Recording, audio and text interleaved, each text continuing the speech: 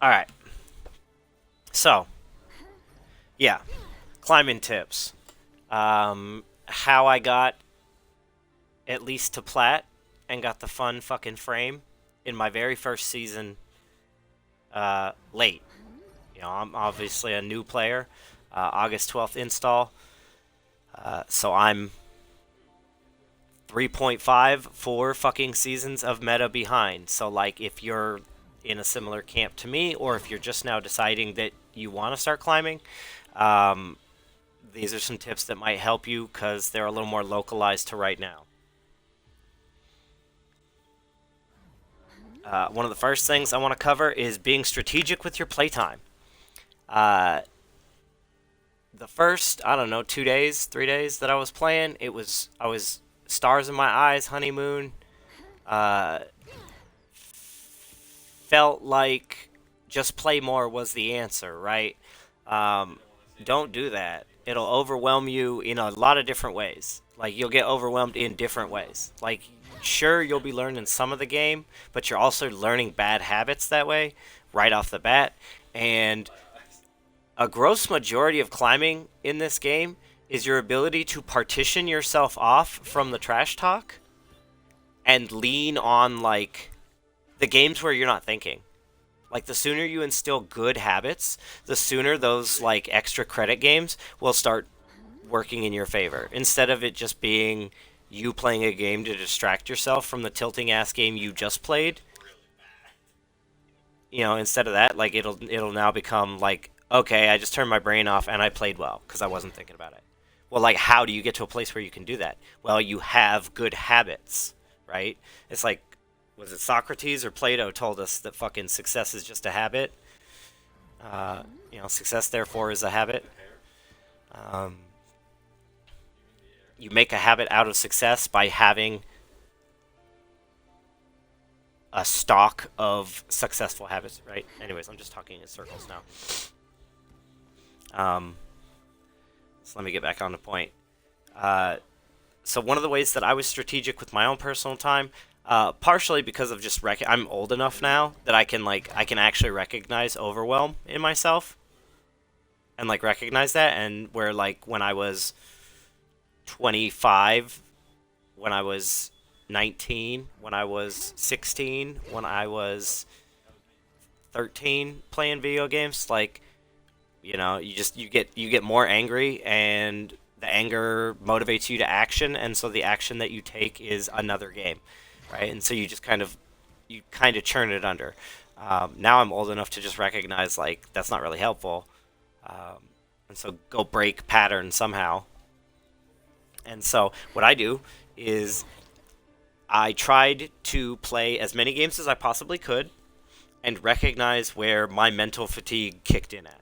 I found it was around 5 games in my like first month playing.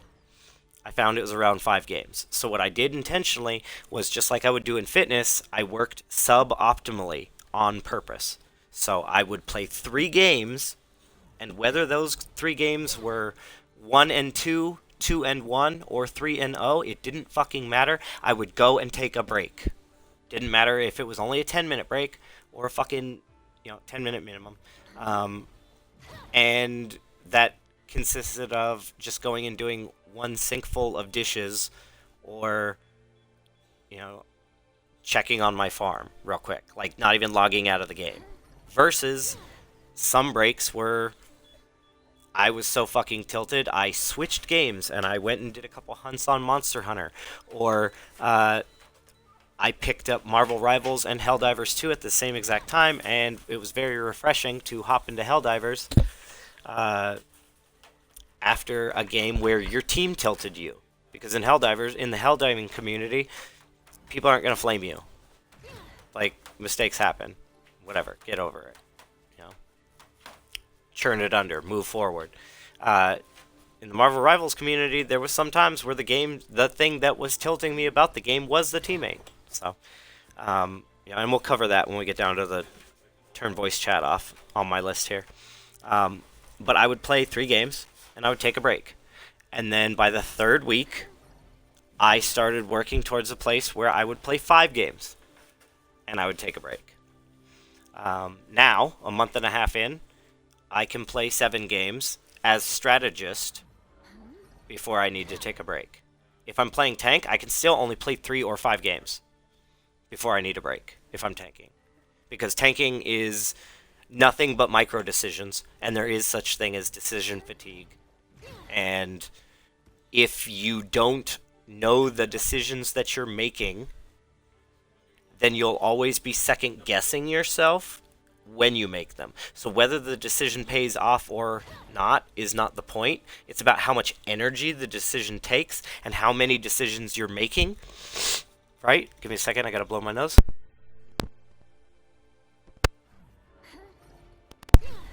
It's about the velocity of decisions and the decisions that you're making, and the fact that you're second guessing yourself turns every one of those decisions into like 1.5 energy cost instead of 1.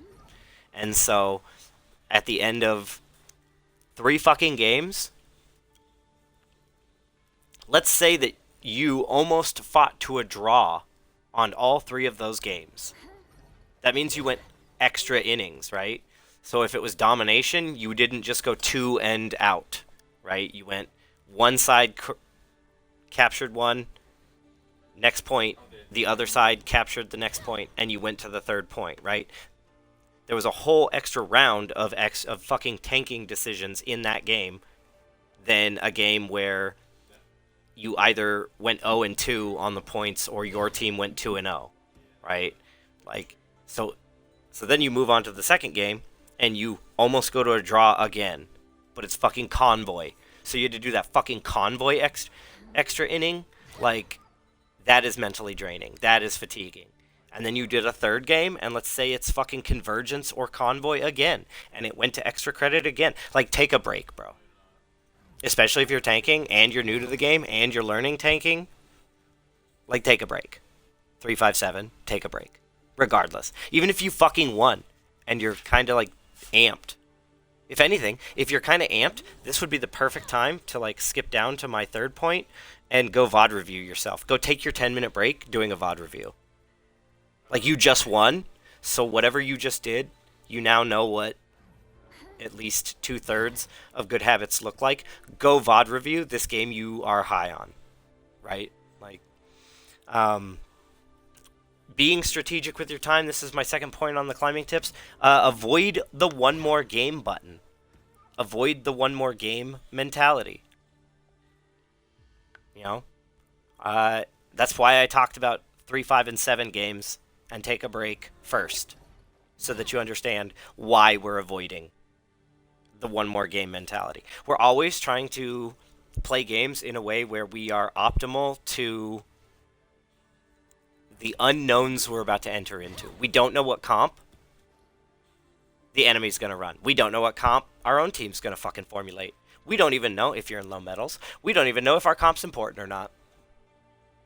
You know, you're learning everything. You're cataloging all of this information. Like, make it easier on yourself and don't overwhelm yourself. One surefire way to overwhelm yourself is to get to a place where you are mentally fatigued or exhausted, or right on the cusp of one, and that game fucking tilts you into the next. And, like, get into a one more game rhythm and just start hitting go next when your brain has been shut off for too long. Like, you can play 2 or 3 games with your brain shut off and running on habit and, like, building your base form, you know, if you're a Goku fan, work out in your base form as much as possible. That's all habit and shit, without powering up, without being locked in, without, peaking on your Adderall or fucking CoQ10 or drinking a Bang or whatever the fuck gets you all the way peaked into the zone. But you want to be doing whatever you can to be working as close to your upper peak while actively being in a low energy state as possible. So, anyways, I'm trying not to go into the weeds on that. But you want to be as fresh as possible, as constant as possible. So, like, micro pauses, being intentional with your breaks, avoiding the one more game mentality. All of these things are going to keep you fresh. Another good one for some people out there, you don't realize how susceptible you are to this, so like maybe start taking note. I know that, especially ever since I had my stroke fucking 13 years ago, I know that I like have to pay attention to my blood sugar. If I'm hypo or hyperglycemic, like that's gonna fuck with me in one way or another. So if you like haven't eaten in a long time and you've just played like 7, 9, 12 really fucking intense games, and again you haven't eaten in a while, go fucking take a break and eat. Go hydrate. Go move your limbs. Go get blood level, blood circulation and shit. All of these things are gonna keep you peak in a way that you might not even be tracking. My third point is VOD review. You definitely, if you want to climb, you're definitely going to want a VOD review. Whether that's your VOD reviewing yourself, which I don't recommend in the beginning, or finding someone else that can VOD review for you, is going to be so helpful. One way you can sort of kind of get used to VOD reviewing is you could like watch a player who's better than you, but like I want to be careful about this particular piece of advice because if you're watching a top 500 player and you're still in fucking bronze or silver, their shit is actively gonna hinder your progress. It's not gonna help you. Like it's gonna lock you into analysis paralysis. It's like their level of play. If their level of play is too high above yours, there could be too many paradigms that have changed since your level of play that like you're not actually picking up as many good habits. But what is still useful, regardless of how many levels of play above you they are, is like watching them to see how they treat themselves, right? A lot of really good players are sitting there going like, "Oh, I shouldn't have used that ult yet. I should have squeezed that a little bit longer. Oh, they just did this ult into this ult. They should have waited on that." They're kind of like VOD reviewing live. Like that's just their stream of consciousness, right? Like they're just sitting there and they are match commentating. It's one way to passively pick up on game sense. It's not really a fast way, but it is useful overall. So like that's one thing to consider.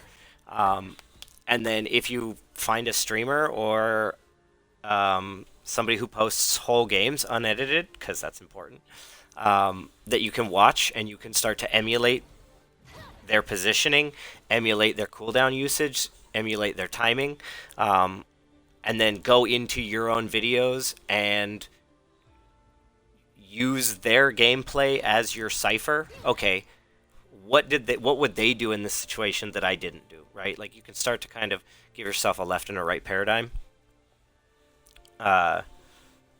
Left and right limit, excuse me, off of that, and then through that left and right limit, that gives you a lane, right? You start to like the lane that you're supposed to stay in, like that's understanding who's to the left and the right of you. So like other players can kind of give you that in that way. Which brings me to my next point: consume content. Consume content on your breaks. It doesn't matter if it's a content creator like Shoddy, who's an excellent fucking coaching creator. Like that's what he does. Like that's what I've gathered. And like everything he does is about coaching other players to get better. Or somebody like Flats, who is, just a player of the game, a purveyor of knowledge. He's a knower of things, right? Like he's just a super huge fanboy of this game, and he's a player of the game, and he consumes content of the game. You can just go to his channel, and he's got super edits where off of one of his streams, they watched like 9 fucking TikToks, and then they cut that and they posted it to YouTube. And I promise you, if you're a brand new player, you watch those 9 TikToks, you're going to learn 3 things, and you're going to ha-ha at 2 of them. And then 2 weeks later, you're going to learn 4 things. And then 6 weeks, you're going to learn 1 thing, but you're going to ha-ha at 6, right? So it's useful overall somehow. It's got your cumulative catalog of Marvel Rivals understanding is constantly growing in that manner. And then you can watch them. You can watch the content on your breaks. So if you were in the beginning when I was talking about taking breaks, if you were like, what do I do on my breaks? Okay, watch fucking content. Get better. Learn. Educate yourself. YouTube has things other than fucking cat videos, I promise. All right, 1, 2, 3, 4, 5. All right, tip number 5. Pick one thing to improve per day. That's gonna help you going back to the trying to remain peak, trying to remain is peak performancy best as you can, um, game to game, as many games as possible. One way to do that is by not trying to change too many things at once. If you know that, uh, okay, so here's an example that I'll use for uh, my own personal development as Sue. Uh, some of the habits that got me out of low medals on Sue are actively fucking unacceptable at upper elo. And when I was in my Plat 2 rank up games, uh, it was distracting enough that my team decided to get into voice chat and fucking forget what they were doing just to yell at me about my fucking Sue placement. Um, and so, while it's like not that big a deal, because like I was overextending, but I wasn't dying, right? Whatever, it doesn't matter. I was at fault, is the point, and I know that I am both too aggressive on Sue, and my positioning needs work. It needs to improve. It needs to be meta slave fucking acceptable. Even though, whatever, doesn't matter.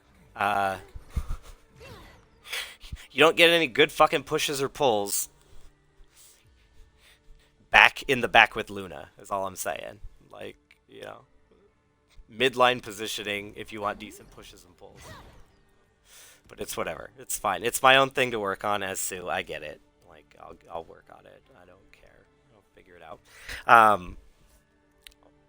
But like, mental load wise, to keep my stimulation down with everything that's happening in a game, and in the back of my mind, telling myself, don't be aggressive, Sue, and be in good positioning. Like, that's a lot of words. That's a really busy mind, right?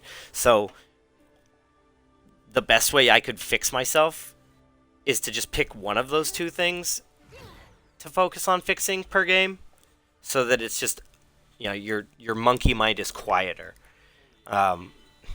Thankfully, in my current case with my current problem, if I just fix positioning, like if I'm just in a meta acceptable fucking community accepted good positioning, then like I can't be aggressive. So it'll two birds one stone on that problem, right? So it's like whatever, cool, I get it. But with like other things, like if when I was working on tanking, and when I get back to working on tanking, tanking is a really good example of where you're probably doing 5 fucking things wrong, if not more. You're doing 5 or more things wrong if you're new to tanking, I promise.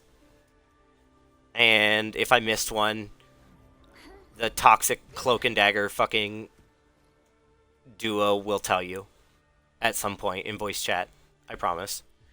You know, when you bubble magic so that she can turn a fucking triple into a penta instead of bubbling cloak and dagger so that she feels extra protected on her goddamn us against the world bullshit. Like, whatever. They'll tell you. You know, don't worry, they'll tell you. So, like, as tank, if you are decided, if you've made your mind up that you are going to tank and you will overcome the objections and the obstacles to getting to the place where you are a good tank, focusing on one thing per match, or even one thing per week to improve on per day, per match, per week, you know, whatever kind of timeline you want to break it down to, whatever kind of comes down to like how far behind you're lacking. You know, if it's still constantly your aim, then like maybe just start spending 30 minutes in the fucking training room instead of consciously making that a decision to I'm gonna work on my aim today. Like how? Go to the training room. You know, whatever. But yeah, pick one thing.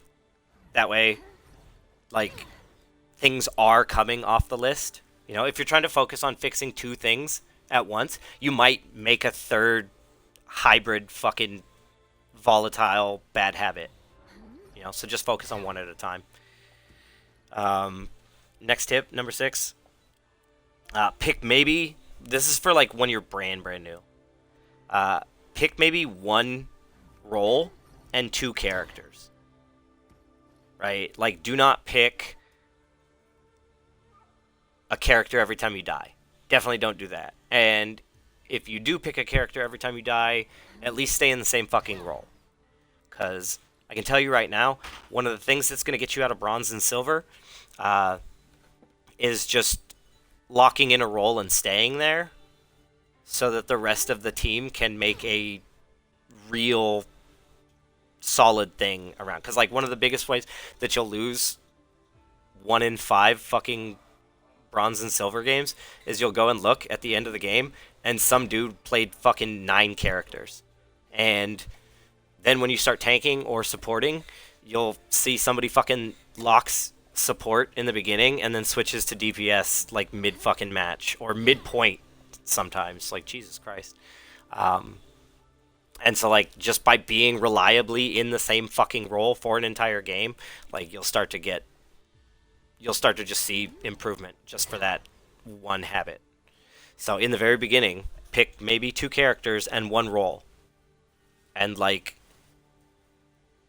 mid-game, if you don't want to do that role anymore, like, that fucking sucks, bro. But, like, finish that game and then don't do that role anymore. You know, like, if you decide on your 9th, 12th, 15th fucking game that tanking is not for you, good. I'm glad you made that decision, but, like, finish that 15th fucking game as tank. Right? Like, finish what you started. It's gonna get you and a lot of your teammates out of the first 2 fucking medal stages. And then lastly, which goes back to being strategic with your time, fucking turn voice chat off, like, until Diamond. And if you're not gonna turn voice chat off, then abide the 3 T's rule. Mute immediately the 3 T's. Tantrum, tilts, or trolls. There's really... Fuck, I don't know. I want to tell you that in a month and a half, I was complimented on my Magneto 1 time. And in that same month and a half, I was told to fucking kill myself, uninstall. Magneto is never supposed to give bubbles to a dive DPS.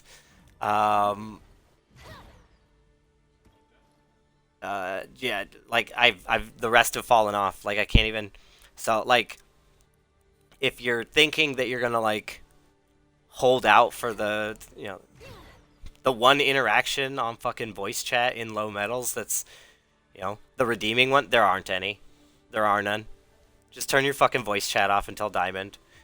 That's when teams are actually doing real compositions in their team. It's when they're running actual counters. It's when your support might actually tell you when they're gonna fucking ult. Or to at least for you to go first. Like, but I can promise you that, like, any support comms in Platinum are 1 interaction away from fucking turning toxic and hostile. 85% of fucking callouts as tank, you know, or for the tank, I should say, are 1 interaction away from turning hostile. The DPS, like, you don't have anything to fucking calm anyways in low elo. Like, what, you already have game sense to tell people that Daredevil's up here on the left? Like, just ping that. Just get comfortable pinging. Actually, in fact, bonus point, I'm going to add to the climbing tip. Learn to fucking ping.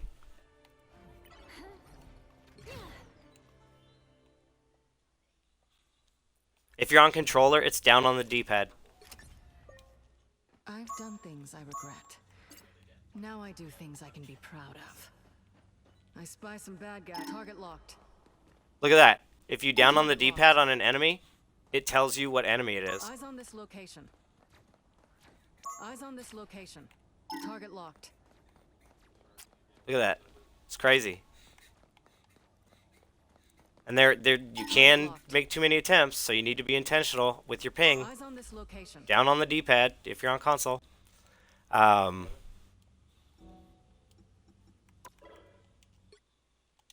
That's all the communication you need to learn early on. Early on. Later, you can calm in voice. Later. But like for now, learn how to calm in-game, and that's it.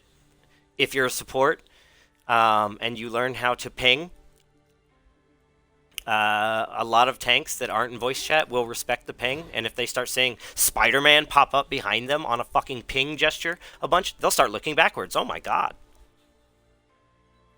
You know? Because like I'll talk about looking backwards in another tips, because I'm not even going to cover that with fucking beginners. Like, beginners need to always basically be looking... Beginners need to learn how to look up, for fuck's sake. They don't need to worry about looking backwards yet. Like, look up, bro. Oh, you just died and you don't know where it came from? It was probably an Ultron or an Iron Man. I promise. I promise you. It was Ultron or Iron Man. Past lives. Kill screen shows you. Oh, look, there's a guy pinned to the fucking ceiling. It's an Iron Man. Look at that. Fascinating. Right? So, yeah, learn to ping, learn to communicate. Voice chat's not useful until you're out of fucking low metals. It could actively be hindering your progress. There's a lot of emotions in low metals, and emotions are contagious. So like, don't catch that shit.